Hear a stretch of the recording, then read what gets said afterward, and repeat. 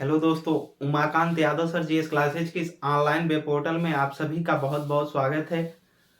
पिछले सेशन में हम लोग भारत के राष्ट्रपतियों के बारे में अध्ययन किए और भारत के राष्ट्रपतियों का जो भी कार्यकाल रहा उनको देखा हम लोगों ने, और उनका महत्वपूर्ण देश के लिए जो योगदान रहा है उनको देखा। आशा रहा होगा हमें, और आशा भी है कि पिछला सेशन आपको समझ में आया होगा अच्छे तरीके से। आज के सेशन में हम लोग बात करने वाले हैं वाइस प्रेसिडेंट के बारे में, भारत के उपराष्ट्रपति के बारे में। ये जो संवैधानिक पद कहाँ से लिया गया है इसके बारे में बात करेंगे। संवैधानिक पद का जो ये उपराष्ट्रपति का पद है क्यों है, किस कार्य के लिए है, इसके भी विषय में देखा जाएगा। उपराष्ट्रपति जो बनाया जाता है भारत में कैसे बनाया जाता है इसकी प्रक्रिया को देखेंगे। इसको हटाया कैसे जाता है इसकी प्रक्रिया को देखा जाएगा। इसका कार्यभार क्या होता है इसको देखा जाएगा। हाँ, कुछ लोगों का सवाल ये है कि जो भारत का राष्ट्रपति है उसका वेतन हमने नहीं बताया, तो उसका वेतन 5 लाख रुपए होता है। ठीक, और भारत के जो राष्ट्रपति या उपराष्ट्रपति हैं इनको वेतन और भत्ता जो भी दिया जाता है, इनके लिए वेतन न कहें तो अच्छा होगा, इनको एक उपलब्धि दी जाती है, यानी जो उस पद के लिए इन्होंने उस पद को प्राप्त किया उसकी उपलब्धि दी जाती है, वेतन नहीं दिया जाता, जान लीजिए। ठीक, तो आज हम उपराष्ट्रपति के विषय पे चर्चा करेंगे। आइए चलते हैं। उपराष्ट्रपति का जो पद है भारत के संविधान के भाग 5 में जो संघ की कार्यपालिका दी गई है, संघ है उसमें कार्यपालिका जो है, संघ की कार्यपालिका अनुच्छेद 52 से 78 के बीच में है। उसी अनुच्छेद 52 से 78 के बीच में अनुच्छेद 63 से लेकर के 71 तक, यानी अनुच्छेद 63 से लेकर के 71 तक भारत के वाइस प्रेसिडेंट उपराष्ट्रपति के पद को बताया गया है। उपराष्ट्रपति के बारे में सारी जानकारियां मिलती हैं। आइए एक एक करके हम भारत के उपराष्ट्रपति के विषय में जानकारियां जुटाएंगे। तो पहला जो आर्टिकल है उसके बारे में हम अध्ययन करेंगे। पहला आर्टिकल है 63, अनुच्छेद 63। चलिए एक एक करके हम लोग लिखेंगे। अनुच्छेद 63, पहला जो इसमें आर्टिकल आता है वो है अनुच्छेद 63। अनुच्छेद 63, आइए देखते हैं अनुच्छेद 63 क्या कहता है भारतीय संविधान एवं राज्य व्यवस्था में। 63, अनुच्छेद 63, अनुच्छेद 63 कहता है कि भारत का एक उपराष्ट्रपति होगा, यानी भारत का एक क्या होगा, वाइस प्रेसिडेंट होगा। क्या कहता है, भारत का एक उपराष्ट्रपति होगा, भारत का एक उपराष्ट्रपति होगा, भारत का एक उपराष्ट्रपति होगा, भारत का एक उपराष्ट्रपति होगा, उपराष्ट्रपति होगा। ठीक, भारत का एक क्या होगा, उपराष्ट्रपति होगा, यानी भारत का एक क्या होगा, वाइस प्रेसिडेंट होगा। ये कहां से लिया गया, ये विचार संयुक्त राज्य अमेरिका के संविधान से लिया गया है। कहां से, संयुक्त राज्य अमेरिका के संविधान से, संयुक्त राज्य अमेरिका के संविधान से। ठीक, संयुक्त राज्य अमेरिका के संविधान से यह विचार प्रेरित है। ठीक, आगे की तरफ अगर हम देखें तो इस प्रक्रिया में बस इतना ही दिया गया अनुच्छेद 63 में। अब अगले आर्टिकल पे हम चलेंगे, अनुच्छेद 64, 64। आइए देखते हैं अनुच्छेद 64 क्या कहता है। अनुच्छेद 64, अनुच्छेद 64, अनुच्छेद 64। कहीं कोई दिक्कत परेशानी होती है आप कमेंट सेक्शन में बताएं। आइए 64, अनुच्छेद 64 जो है इसमें कहा गया कि जो उपराष्ट्रपति है, इसमें 64 में कहा गया कि जो उपराष्ट्रपति है, उपराष्ट्रपति, उपराष्ट्रपति संसद के उच्च सदन, संसद के उच्च सदन, संसद के उच्च सदन, उच्च सदन का मतलब राज्यसभा और निम्न सदन का मतलब लोकसभा। उच्च सदन का मतलब है यहाँ पर राज्यसभा से, किससे, राज्यसभा से। ठीक, उच्च सदन का मतलब राज्यसभा से है। इसमें कहा गया कि जो उपराष्ट्रपति है संसद के उच्च सदन, क्या, संसद के उच्च सदन राज्यसभा का, राज्यसभा का पदेन सभापति होगा, पदेन सभापति होगा, पदेन सभापति होगा, पदेन सभापति होगा, होगा।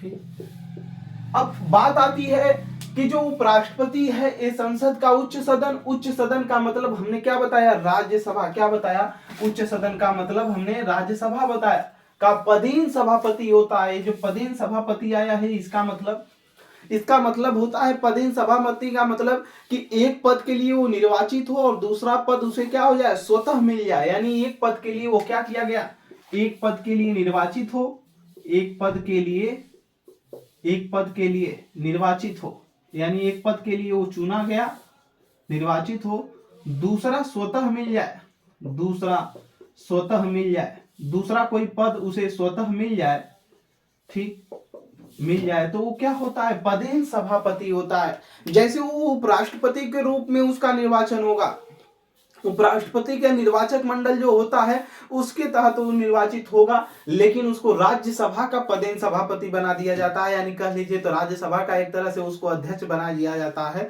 तो उसको राज्यसभा का सभापति का जो वो पद मिला है, स्वतः वो निर्वाचित हुआ था उपराष्ट्रपति के रूप में, लेकिन जो उसको सभापति का पद मिला उसी को हम बोलेंगे कि जो दूसरा स्वतः मिल जाएगा उसी को क्या बोलते हैं, पदेन सभापति। यानी उपराष्ट्रपति जो होता है, उपराष्ट्रपति संसद के यानी राज्यसभा के उच्च सदन जो है, संसद का उच्च सदन राज्यसभा, उसका क्या होता है, पदेन सभापति होता है। पदेन सभापति का मतलब तो समझ में आ गया होगा कि वो उपराष्ट्रपति के लिए चुना जाता है, लेकिन उसको दूसरा पद सभापति का राज्यसभा का क्या दिया जाता है, सौंप दिया जाता है, इसीलिए उसको पदेन सभापति बोलते हैं। हर जगह लिखा उखा नहीं गया किताबों में, इसको समझते रहिएगा।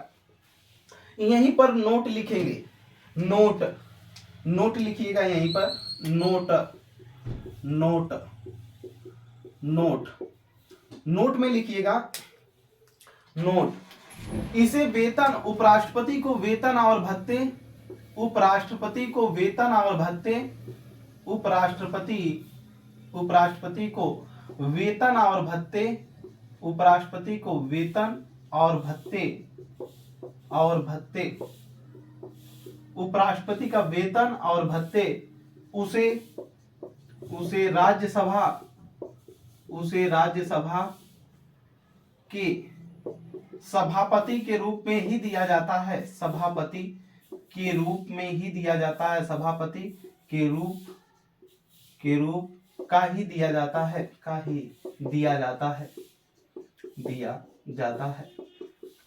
यानी अगर आपसे पूछा जाएगा कि जो भारत का उपराष्ट्रपति है इसका वेतन, तो आपका जवाब होगा जीरो, क्या होगा, 0 रुपए। भारत के उपराष्ट्रपति का कोई वेतन नहीं होता है। भारत के राष्ट्रपति का जो वेतन और भत्ता होता है उसे राज्यसभा का जो सभापति चुना गया है, सभापति के रूप का ही दिया जाता है। यानी जब वो उस रूप में काम कर रहा होता है तो उसे उसी रूप का क्या दिया जाता है, वेतन और भत्ता दिया जाता है। नोट करेंगे इतना, जल्दी नोट करिए इतना।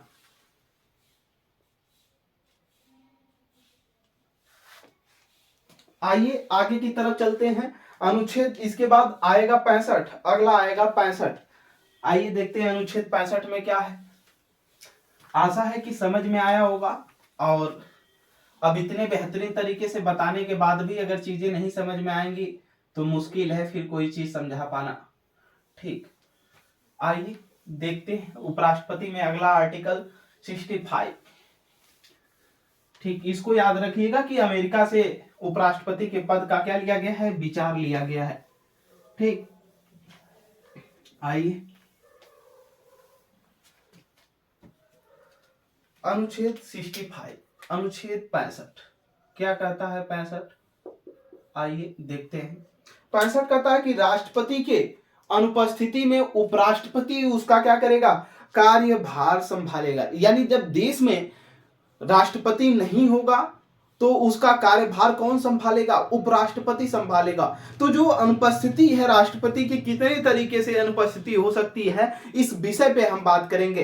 पहले लिखेंगे हम इसमें अनुच्छेद 65, अनुच्छेद 65 यह कहता है कि देश में, अनुच्छेद 65 65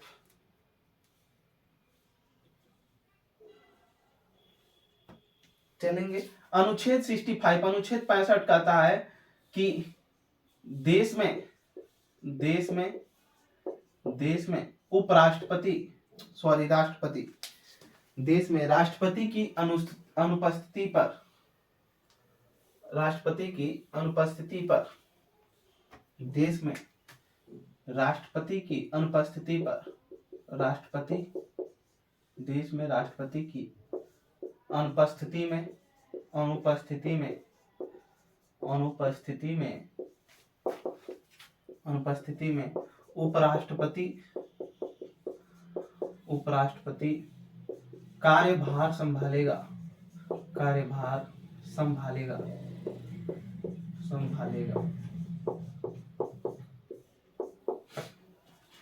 यानी इसमें कहा गया कि जो देश में राष्ट्रपति है, राष्ट्रपति अगर अनुपस्थित होगा, क्या होगा, राष्ट्रपति क्या होगा अगर अनुपस्थित है तो उस समय कौन कार्यभार संभालेगा, उपराष्ट्रपति कार्यभार संभालेगा। किसका, भारत के राष्ट्रपति का। पहला कार्य इसका हमने देखा कि पदेन सभापति के रूप में काम करता है। कौन, भारत का जो राष्ट्रपति है ये पदेन सभापति के रूप में काम कर रहा है। फिर दूसरा कार्य हमने देखा कि अभी क्या कर रहा है, राष्ट्रपति के कार्यों को संभालेगा जब राष्ट्रपति नहीं होगा तो। ठीक, आइए आगे की तरफ इसमें देखते हैं। राष्ट्रपति की जो अनुपस्थिति है कितने तरीके से हो सकती है, तो राष्ट्रपति की अनुपस्थिति जो होगी उसको देखेंगे। राष्ट्रपति की अनुपस्थिति, क्या राष्ट्रपति की अनुपस्थिति, यहां पर स्टार बना लीजिएगा डबल। राष्ट्रपति की जो अनुपस्थिति है ये दो तरीके की हो सकती है। ठीक, कितने तरीके से, दो तरीके से। आइए देखते हैं दोनों तरीका क्या है। एक तो होता है अस्थायी रूप से, यानी राष्ट्रपति या तो कहीं से अस्थायी रूप से हट जाएगा, अनुपस्थित होगा, या अस्थायी रूप से हटेगा। दो ही चीज हो सकता है, अस्थायी या अस्थायी रूप से, यानी हमेशा के लिए या तो कुछ समय के लिए हटेगा।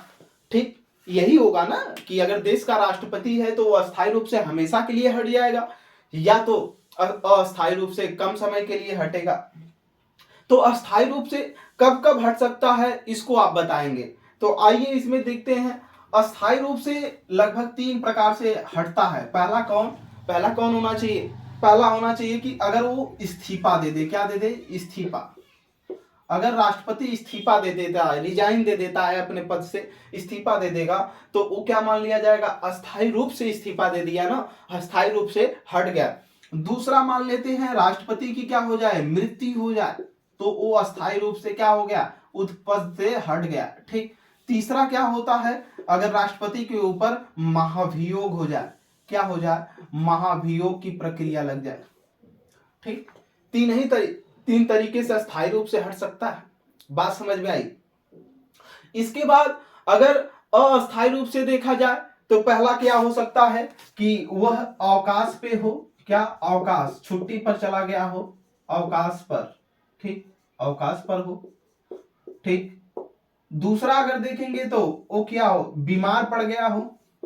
ठीक, बीमार पड़ गया हो, वो बीमार पड़ गया हो, कहीं हॉस्पिटलाइज हो या कहीं सीरियस हालत में हो।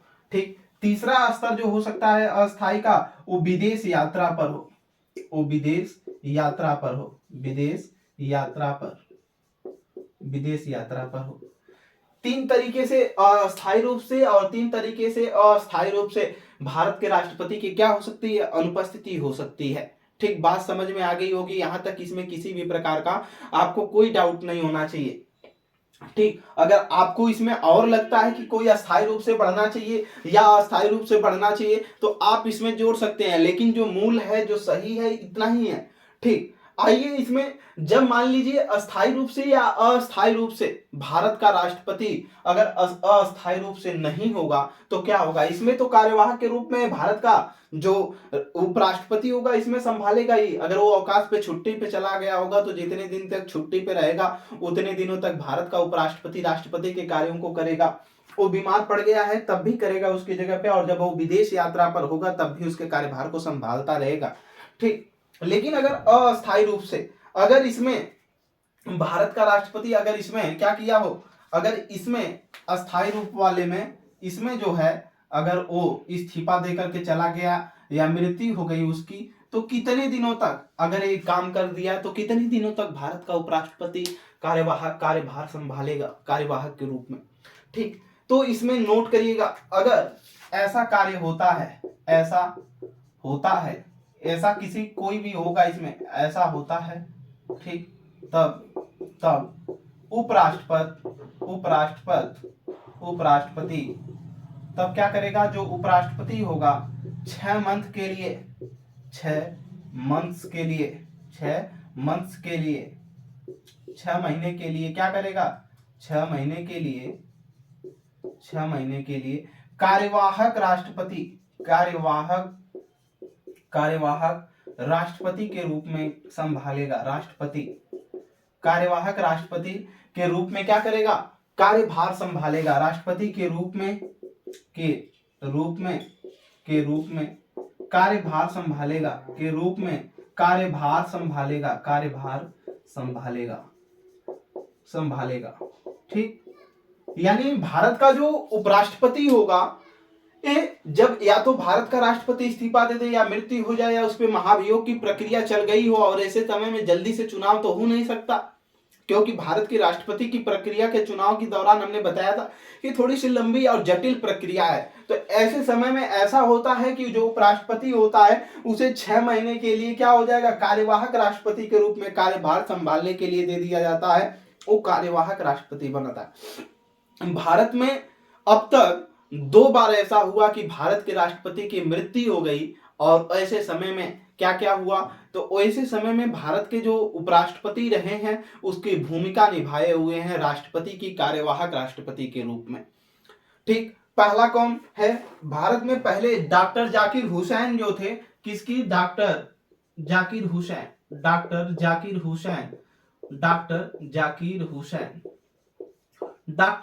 हुसैन इंदिरा गांधी की सरकार में थे।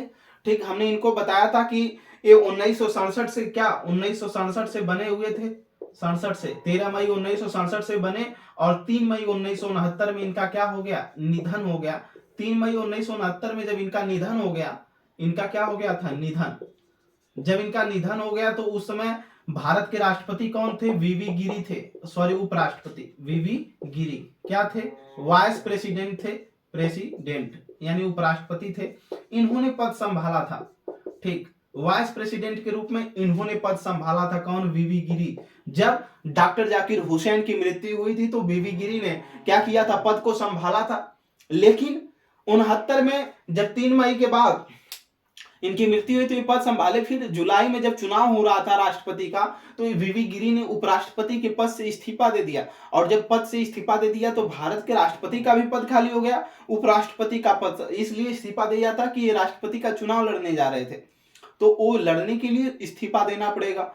तो वीवी गिरी साहब ने जब इस्तीफा दे दिया तो भारत में राष्ट्रपति का पद भी खाली हो गया, उपराष्ट्रपति का भी पद खाली हो गया। और भारत का संविधान कहता है कि जब भारत में राष्ट्रपति और उपराष्ट्रपति दोनों पद खाली हो जाएं तो ऐसे समय में जो सुप्रीम कोर्ट का मुख्य न्यायाधीश होगा वो भारत के राष्ट्रपति का क्या करेगा, कार्यभार संभालेगा। तो ऐसा जब समय आया तो इस समय भारत के जो मुख्य न्यायाधीश थे सर्वोच्च न्यायालय के, कौन थे, एम हिदायतुल्ला थे। कौन, 1969 में इन्होंने कार्यभार को संभाला था, एम हिदायतुल्ला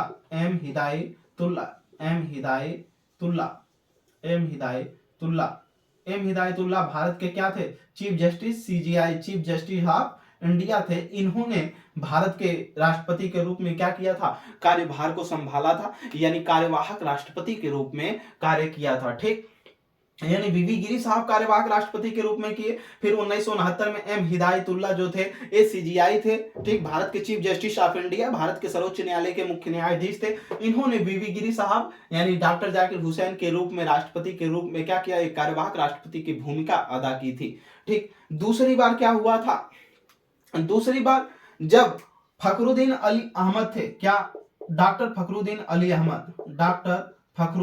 अहमद, इंदिरा गांधी के ही समय में फखरुद्दीन अली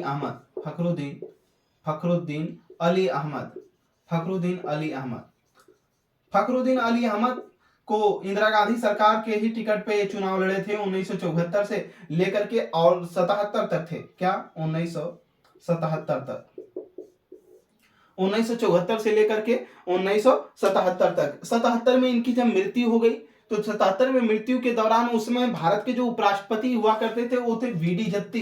कौन थे उपराष्ट्रपति, बीडी जत्ती थे। कौन, बीडी जत्ती साहब ने क्या किया था, भूमिका अदा किया था। और फिर बाद में जब चुनाव हुआ तो नीलम संजीव रेड्डी क्या किए, भारत के राष्ट्रपति के क्या किए, नीलम संजीव रेड्डी भारत के क्या बने, अगले राष्ट्रपति बने, नीलम संजीव रेड्डी। और वो भी कैसे बने थे, निर्विरोध बने थे। हमने इसको राष्ट्रपति के पदों में पढ़ाया। ठीक, निर्विरोध के रूप में बने। नीलम संजीव रेड्डी भारत के क्या बने, अगले राष्ट्रपति बने। ठीक, अगले क्या बने, राष्ट्रपति बने। तो ऐसा 2 बार अपने देश में हुआ कि कार्यवाहक राष्ट्रपतियों के रूप में एक बार वीवी गिरी साहब, ठीक, और एम हिदायतुल्ला मुख्य न्यायाधीश, और एक बार बेडी जत्ती साहब ने क्या किया था, एक कार्यवाहक राष्ट्रपति के रूप में इसको क्या किया, संभाला था। आगे की तरफ हम अब बढ़ेंगे। अनुच्छेद 65 को हमने देखा कि भारत के जब देश में राष्ट्रपति की अनुपस्थिति होगी तो उस समय भारत का जो उपराष्ट्रपति होगा उसके कार्यभार को क्या करेगा, संभालेगा। अब आपको सही तरीके से पूरा सही ये समझ में आ गया होगा कि जो भारत का राष्ट्रपति है, अगर वो नहीं होगा तो उपराष्ट्रपति कार्य संभालेगा, और उपराष्ट्रपति का दूसरा जो कार्य होगा कि वो राज्यसभा का जो पदेन सभापति होता है उसका कार्यभार संभालेगा। ठीक, आगे की तरफ हम चलते हैं। अनुच्छेद 65 रहा, अनुच्छेद 66 की तरफ, यानी हमारे भारतीय संविधान में अनुच्छेद 66 क्या कहता है, आइए देखते हैं। अनुच्छेद 66, अनुच्छेद 66, अनुच्छेद 66, इसको याद रखिएगा कि भारत के राष्ट्रपति के कार्यवाहक राष्ट्रपति के रूप में कौन कौन काम किया है, ठीक, और कौन कौन मुख्य न्यायाधीश ऐसे रहे हैं जो भारत के राष्ट्रपतियों के रूप में भूमिका भी अदा की है। ठीक, इसको जरूर याद रखिएगा, आपसे हमारी गुजारिश है, कभी कभी एग्जामों में पूछ लिए जाते हैं, और मेहनत से पढ़ते रहिए, प्रैक्टिस सेट प्रीवियस ईयर का क्वेश्चन देखते रहिए कि कैसे कैसे पूछा गया है। ठीक, क्वेश्चन प्रीवियस ईयर से ही बनते हैं और उसी से ही कंपटीशन बनाता है। आयोग नया क्वेश्चन इसलिए नहीं बनाता कि अगर वो नया क्वेश्चन बनाएगा तो उसके लिए अगर ऑप्शन गलत होंगे तो बच्चे विवादों में घेरेंगे, और जब विवादों में घेरेंगे तो वो आयोग फंस जाएगा। ठीक, आयोग जब फंसेगा यानी जो कंपनी पेपर करा रही है वो बाद में उसको टेंडर नहीं मिलेगा। जब उसकी भर्ती प्रक्रिया वो फंस जाएगी कोर्ट में चल करके, जब उस पे मामला फंस जाएगा तो फिर उसको आयोग जो क्या होगा, अगला टेंडर देगा ही नहीं, कहेगा आप भर्ती को क्या करते हो, फंसा देते हो। इसलिए जो कंपनी पेपर कराती है वो प्रीवियस ईयर के क्वेश्चनों को ही छांट कर बस उसमें थोड़ा सा बदलाव कर देती है। ठीक, अधिकतर क्वेश्चन सेम टू सेम उठा लिए जाते हैं, इसलिए प्रीवियस ईयर के ज्यादा पेपरों को देखते रहें। चलिए आगे की तरफ हम देखते हैं अनुच्छेद 66 क्या कहता है।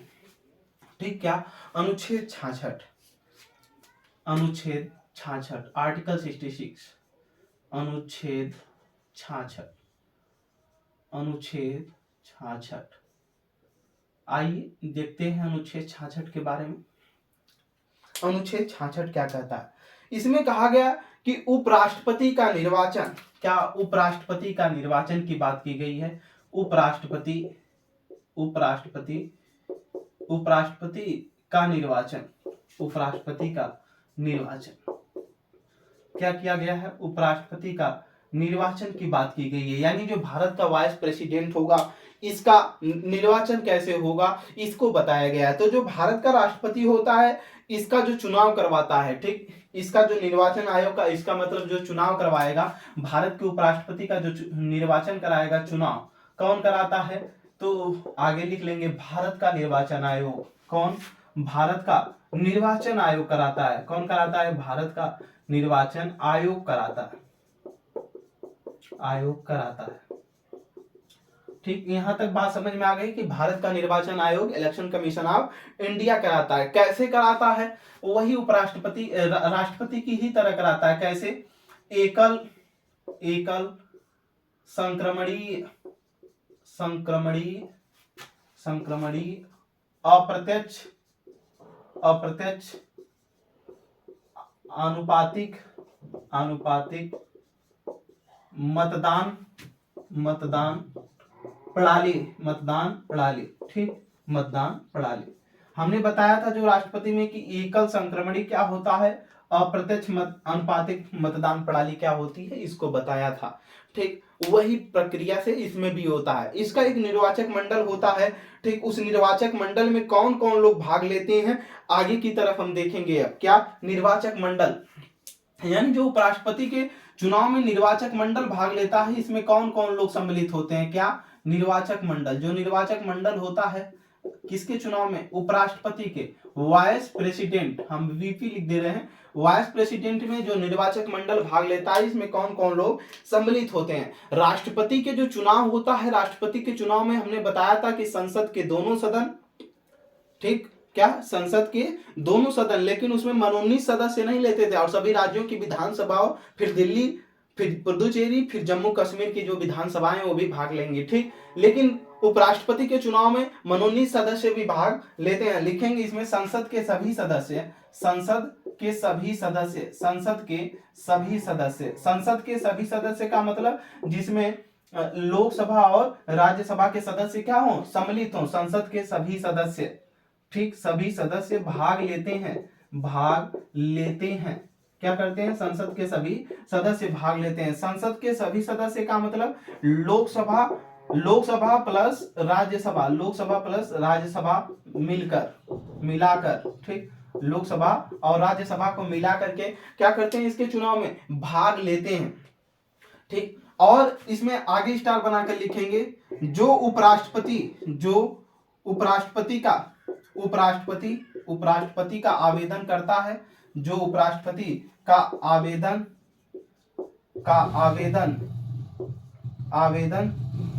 जो उपराष्ट्रपति का आवेदन है उसको, जो उपराष्ट्रपति का आवेदन करता है उसको क्या होना चाहिए? क्या जो उपराष्ट्रपति का आवेदन हो रहा है उसको क्या करना चाहिए? उसमें आता है कि क्या होना चाहिए? 20 सदस्यों द्वारा, जो संसद के दोनों सदस्य हैं उनसे 20 सदस्यों द्वारा क्या होना चाहिए? अनुमोदित होना चाहिए। 20 सदस्यों द्वारा पहले प्रस्तावित, यानी पहले प्रस्ताव हो जाए, आपको 20 लोग कम से कम जानते हो प्रस्तावित, फिर 20 सदस्यों द्वारा आपके नाम को क्या किया जाए? अनुमोदित कर दिया जाए कि नहीं आप ठीक हैं, चुनाव लड़ें, ठीक। अनुमोदित होना चाहिए, अनुमोदित होना चाहिए। राष्ट्रपति में हमने क्या देखा था? 50-50, और उपराष्ट्रपति में क्या देखा कि 20 सदस्य द्वारा प्रस्तावित और 20 सदस्य द्वारा क्या होना चाहिए? अनुमोदित होना चाहिए। यही मेन है, इसको भी याद रखिएगा। यानी अगर उपराष्ट्रपति का चुनाव कोई भी लड़ रहा है तो कम से कम संसद के दोनों सदनों में से 20 सदस्य उनके नाम को क्या कर दें? अब प्रस्तावित कर दें, पास कर दें, फिर उसके बाद अनुमोदित भी कर दें, ठीक। वो उतने लोग आपको कम से कम जानते हो, आपका नाम सही, कुछ हर चीज आपका सब कुछ वहां पर प्रारूप होगा, वैसे प्रस्तावित होने चाहिए। ये निर्वाचक मंडल में अगर आपसे कोई पूछता है कौन भाग लेते हैं उपराष्ट्रपति को वाइस प्रेसिडेंट में, तो आप बताएंगे संसद के सभी सदस्य, जिसमें लोकसभा और राज्यसभा मिला करके भाग लेते हैं, ठीक। आगे की तरफ हम 66 में देखेंगे। 66 का जो क्लास 3 आता है, ठीक, खंड 3, उसमें बात की गई है खंड 3 में कि योग्यताएं, जो भारत का उपराष्ट्रपति होगा इसकी योग्यताएं क्या होती हैं। आइए देखते हैं, चलेंगे हम आगे की तरफ। इसमें देखेंगे कि भारत का जो उपराष्ट्रपति होता है इसकी योग्यताएं क्या क्या हैं, ठीक। लिखेंगे भारत के उपराष्ट्रपति की योग्यताएं 66-3 में, ठीक। भारत के उपराष्ट्रपति की योग्यताएं,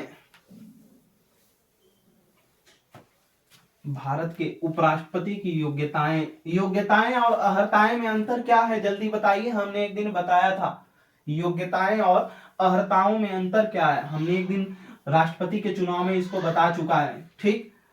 जो योग्यता होती है, योग्यता में क्या होता है, ठीक, योग्यता में कोई भी चीज, जब आप जैसे फॉर्म अप्लाई कर रहे हैं, ठीक, तो उसको फॉर्म अप्लाई करेंगे तो जो उसमें योग्यता दी गई है उस योग्यता के अनुसार आपकी सब कुछ प्रारूप पूरा होना चाहिए। लेकिन जो अर्हताएं होती हैं उसमें शर्त होती है, अगर उसको आप पूरा नहीं करेंगे तो आप पहले उसमें कुछ भी नहीं कर सकते, ठीक। योग्यता आपकी नौकरी में तब मांगी जाएगी जब लास्ट में, लेकिन शर्तों में पहले शर्त पूरा करेंगे तभी वो कार्य पूरा होता है। आइए देखते हैं अनुच्छेद 66 खंड 3 में क्या, अनुच्छेद 66 खंड 3 में, अनुच्छेद 66 खंड 3 यानी क्लास 3 में क्या है। क्लास 3 में योग्यताएं की बात की गई है। क्या कहा गया है इसमें? भारत के जो उपराष्ट्रपति होगी उसकी योग्यताएं क्या होगी, जो उपराष्ट्रपति का चुनाव लड़ेगा उसकी योग्यताएं, ठीक। भारत के उपराष्ट्रपति की क्या होगा? योग्यताएं। आइए देखते हैं, उसमें कहा गया वो भारत का क्या हो? नागरिक हो। पहला कहा गया भारत का नागरिक हो, जो भारत का उपराष्ट्रपति होगा वो क्या होगा? भारत का नागरिक हो।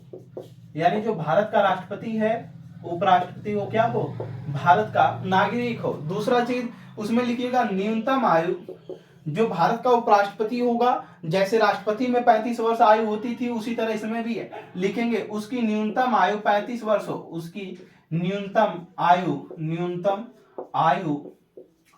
आयु अगर कोई व्यक्ति अगर भारत का राष्ट्रपति बनना चाहता, उपराष्ट्रपति बनना चाहता है तो 35 वर्ष उसकी आयु होनी चाहिए कम से कम।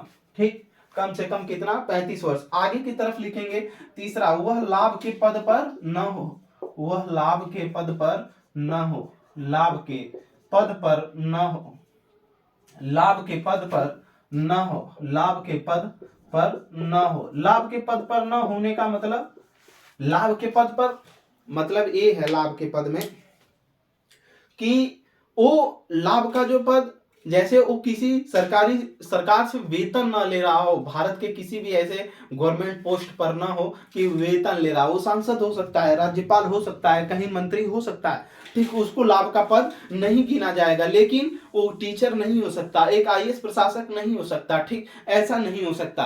ठीक, आगे की तरफ अगर वो देखें चौथा पॉइंट तो लिखेंगे चौथा में, वह राज्यसभा के सदस्य बनने की क्या रखता हो, योग्यता रखता हो। वह राज्यसभा के सदस्य बनने की योग्यता रखता हो, बनने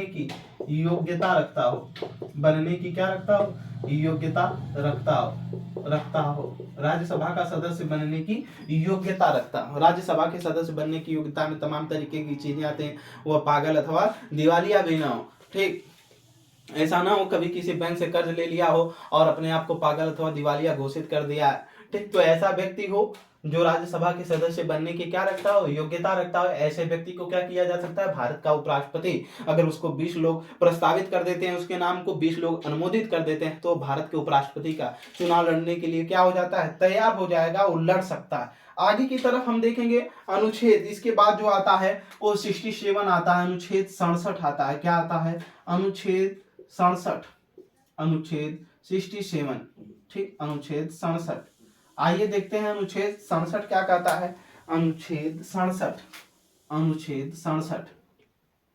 ठीक, अनुच्छेद 67 जो बात करता है, भारत के उपराष्ट्रपति के कार्यकाल की बात करता है कि जो भारत का उपराष्ट्रपति होगा उसका कार्यकाल क्या होगा। ठीक, तो इसमें लिखेंगे उपराष्ट्रपति का कार्यकाल क्या होता है, उपराष्ट्रपति का कार्यकाल, उपराष्ट्रपति का कार्यकाल, उपराष्ट्रपति का कार्यकाल, उपराष्ट्रपति का कार्यकाल। ठीक, आप लिखेंगे इसमें उपराष्ट्रपति का क्या कार्यकाल। ठीक, इसमें बस इतना ही बात की गई कि उपराष्ट्रपति का जो कार्यकाल है कितने समय तक के लिए रहेगा, तो कोष्टक में आप लिख लेंगे 5 वर्ष का होता है। कितने, 5 वर्ष, 5 वर्ष का होता है। ठीक, लेकिन इसके पहले भी वो चाहे तो क्या दे सकता है, इस्तीफा दे सकता है। अगर भारत का उपराष्ट्रपति चाहे तो इसके पहले भी वो अपना क्या कर सकता है, त्याग पत्र दे सकता है। तो इसे नीचे नोट कर लेंगे स्टार बना करके कि इसके पहले भी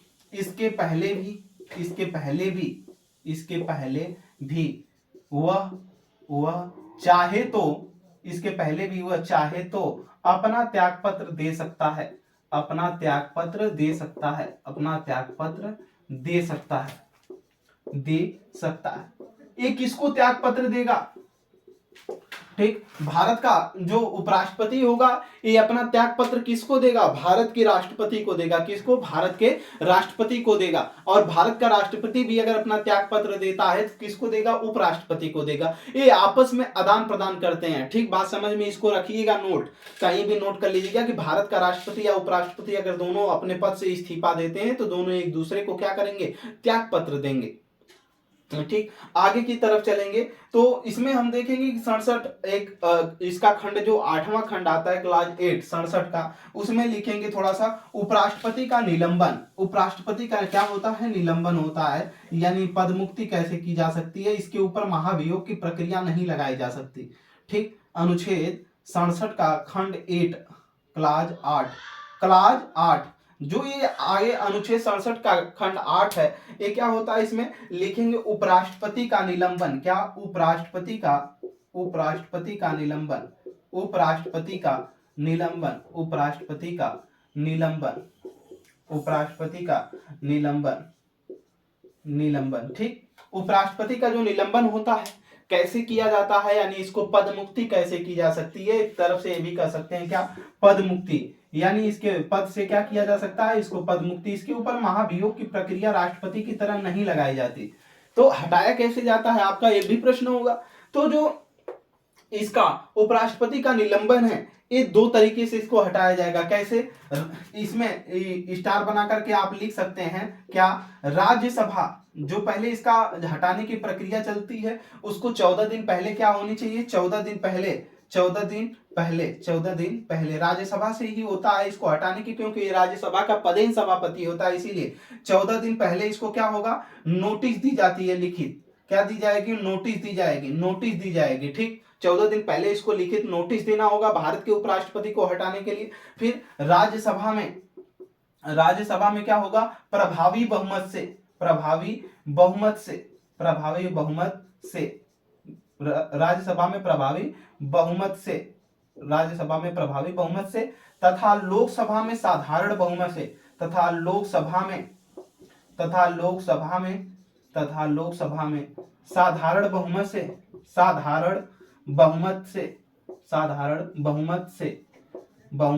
प्रस्ताव पारित होना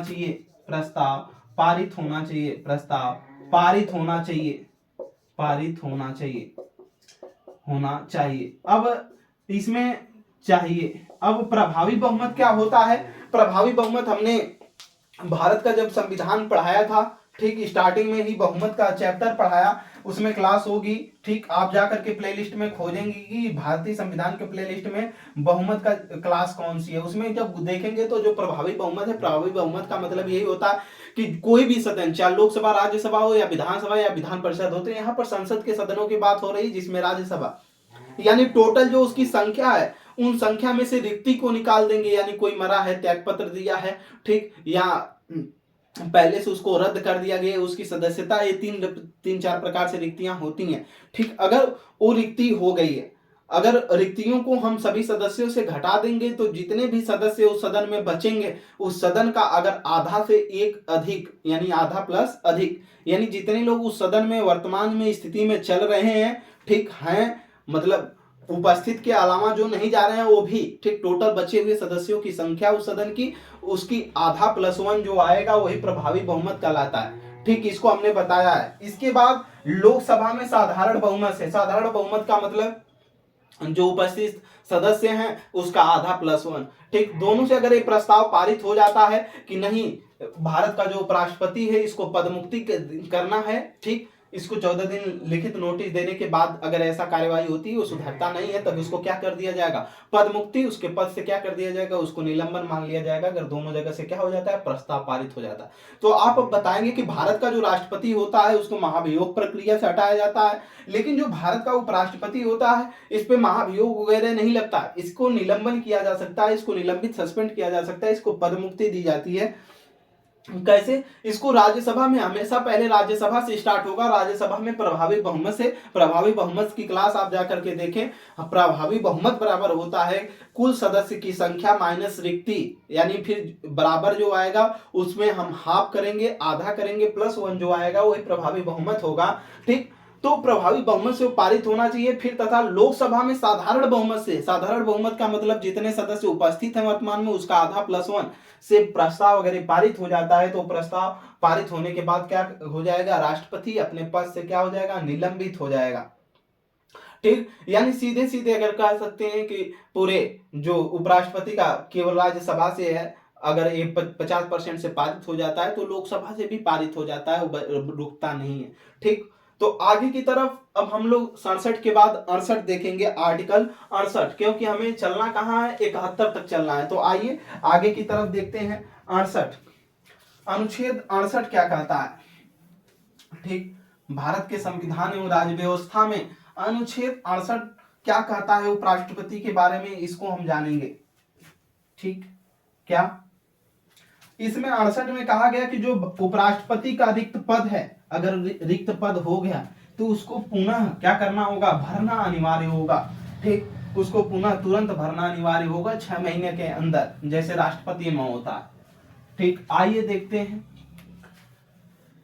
लिखिएगा अनुच्छेद 68, अनुच्छेद 68, अनुच्छेद 68। कोई दिक्कत नहीं होनी चाहिए, क्योंकि हम साधारण से साधारण भाषा में इसको बताने की पूरी पूरी कोशिश कर रहे हैं कि आप उसको समझें। और इसके बाद अगर ये भी नहीं आप समझ पाएंगे तो मुश्किल है। ठीक, अनुच्छेद अनुच्छेद 68, अनुच्छेद 68, अनुच्छेद 68, 68। आइए देखते हैं अनुच्छेद 68 क्या कहता है। अनुच्छेद 68 कहता है कि उपराष्ट्रपति का जो रिक्त पद है, ठीक, इसको तुरंत भर जाना चाहिए। राष्ट्रपति, उपराष्ट्रपति, सॉरी बार बार गलती हो जा रही, लिखिएगा उपराष्ट्रपति, उपराष्ट्रपति, उपराष्ट्रपति, उपराष्ट्रपति, उपराष्ट्रपति का रिक्त पद, उपराष्ट्रपति का रिक्त पद, रिक्त पद पुनः तुरंत भर जाना चाहिए, तुरंत भर जाना चाहिए, भर जाना चाहिए, जाना चाहिए। ठीक, जो उपराष्ट्रपति का पद है ये तुरंत क्या होना चाहिए, भर जाना चाहिए 6 मंथ के अंदर। ठीक, 6 महीने के क्या होना चाहिए अंदर, इसको फिर पुनः से उपराष्ट्रपति का चुनाव करवा लेना होगा। ठीक, इसको भरना होगा। ठीक, ये खाली नहीं रहना चाहिए जैसे राष्ट्रपति का पद है। ठीक, तो उसी प्रकार। ठीक, आगे की तरफ हम देखेंगे अनुच्छेद 69 में क्या बात की गई है। ठीक, अनुच्छेद 69, अनुच्छेद 69, अनुच्छेद 69, 69। ठीक, आइए देखते हैं 69 में क्या है। अनुच्छेद 69 कहता है कि जो भारत का उपराष्ट्रपति होगा, ठीक, उपराष्ट्रपति को शपथ, कौन, उपराष्ट्रपति को शपथ, भारत का जो उपराष्ट्रपति होगा इसको शपथ, उपराष्ट्रपति को उपराष्ट्रपति का शपथ। ठीक, यानी इसकी शपथ के बारे में बात की गई है। तो हमारा आपसे क्वेश्चन होगा, ऑथ, जो ऑथ लेता है, शपथ लेता है, इसको शपथ कौन दिलाता है। भारत के राष्ट्रपति को जिस प्रकार मुख्य न्यायाधीश दिलाता था, तो भारत के उपराष्ट्रपति को शपथ कौन दिलाता है, हमारा आपसे क्वेश्चन है। आप कमेंट बॉक्स में हमें जरूर बताएंगे। ठीक, और आप अपने कॉपी में भी आगे की तरफ हम कोष्टक बना दे रहे हैं, इसमें लिखेंगे शपथ कौन दिलाएगा। ठीक, कौन दिलाएगा, आप इसको लिखेंगे भी और हमको बताएंगे भी कमेंट बॉक्स में। आगे की तरफ हम देखते हैं, इसमें एक आर्टिकल और बचा है। ठीक, अनुच्छेद क्या, अनुच्छेद, अनुच्छेद, अनुच्छेद 71, अनुच्छेद 71, 71। ठीक, अनुच्छेद 71। ठीक, अनुच्छेद 71, 70 जो छूटा है, हम लोग 70 के बारे में जब उसका समय आएगा तब पढ़ेंगे। ठीक, हमेशा हर चीज एक साथ नहीं पढ़ी जा सकती, उसका जहां स्थान है उसको वहीं पर जोड़कर पढ़ा जाएगा, परेशान होने की जरूरत नहीं है। अनुच्छेद 71 लिखे। अनुच्छेद 71 में क्या कहा गया कि जो उपराष्ट्रपति या उपराष्ट्रपति को निर्वाचन को यह कह करके रद्द नहीं किया जा सकता कि संसद में क्या सदस्य कम मौजूद है। हमने बताया कि अगर उपराष्ट्रपति का निर्वाचन होना है तो संसद के दोनों सदन में क्या होते हैं, भाग लेते हैं निर्वाचक मंडल के रूप में। ठीक, निर्वाचन वही करते हैं। तो ये कहकर के इसके चुनाव को नहीं रद्द किया जा सकता कि संसद में क्या है, सदस्य कम मौजूद हैं, या संसद में जो सदस्य हैं वो कम मौजूद हैं या कम है। ठीक, तो लिखिएगा इसमें उपराष्ट्रपति के चुनाव को यह कहकर नहीं रद्द किया जा सकता, उपराष्ट्रपति के चुनाव को, उपराष्ट्रपति के चुनाव को, के चुनाव को यह कहकर नहीं रद्द किया जा सकता, नहीं रद्द किया जा सकता, रद्द किया जा सकता, नहीं रद्द किया जा सकता कि नहीं रद्द किया जा सकता कि संसद में कम सदस्य मौजूद हैं, कम सदस्य मौजूद हैं, सदस्य मौजूद हैं। ठीक, मौजूद हैं। ठीक, कम सदस्य मौजूद हैं। ये रहा भारत के उपराष्ट्रपति का विवरण जिसको हमने आपके सामने रखा। अब कल हम भारत के जितने उपराष्ट्रपति हुए उनका कार्यकाल, उनका हमारे देश में योगदान, ठीक, क्या क्या रहा है, इन विषयों पर हम चर्चा करेंगे। ठीक, ज्यादा से ज्यादा हमारे इस क्लास को शेयर करते रहें। ठीक, और ज्यादा से ज्यादा लाइक भी करें। कमेंट बॉक्स में जो उत्तर पूछे जाते हैं उसको आप जरूर दें, तभी पता चलेगा कि आप पढ़ते हैं, चीजें समझ में आई कि नहीं आई। Umakant Yadav sir GS classes में जुड़ने के लिए आप सभी का बहुत बहुत धन्यवाद।